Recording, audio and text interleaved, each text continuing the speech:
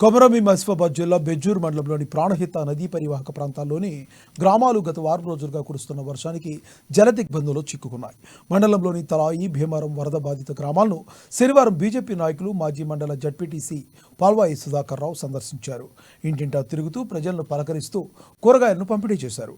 అధిక వర్షాల కారణంగా వారం రోజులు ప్రజలు తీవ్ర ఇబ్బందులు పడ్డారని, వారి సాధక బాధకాలను తెలుసుకొని తమ వంతు సహాయంగా కూరగాయలు అందించామని తెలిపారు.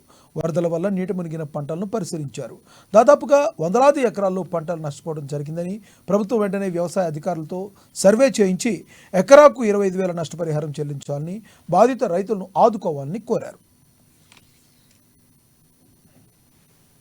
ఇంకపల్లి సోమిని ప్రాంతం అంతా తిరిగి చూడడం జరిగింది.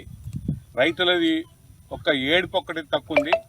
వాళ్ళ కష్టాన్ని చూసి దయచేసి గవర్నమెంట్ స్పందించి ఏవో అంటే అగ్రికల్చర్ ఆఫీసర్ క్లియర్గా ఇన్స్ట్రక్షన్స్ ఇచ్చి రైతులందరినీ ఆదుకోవాలని మా విన్నపం.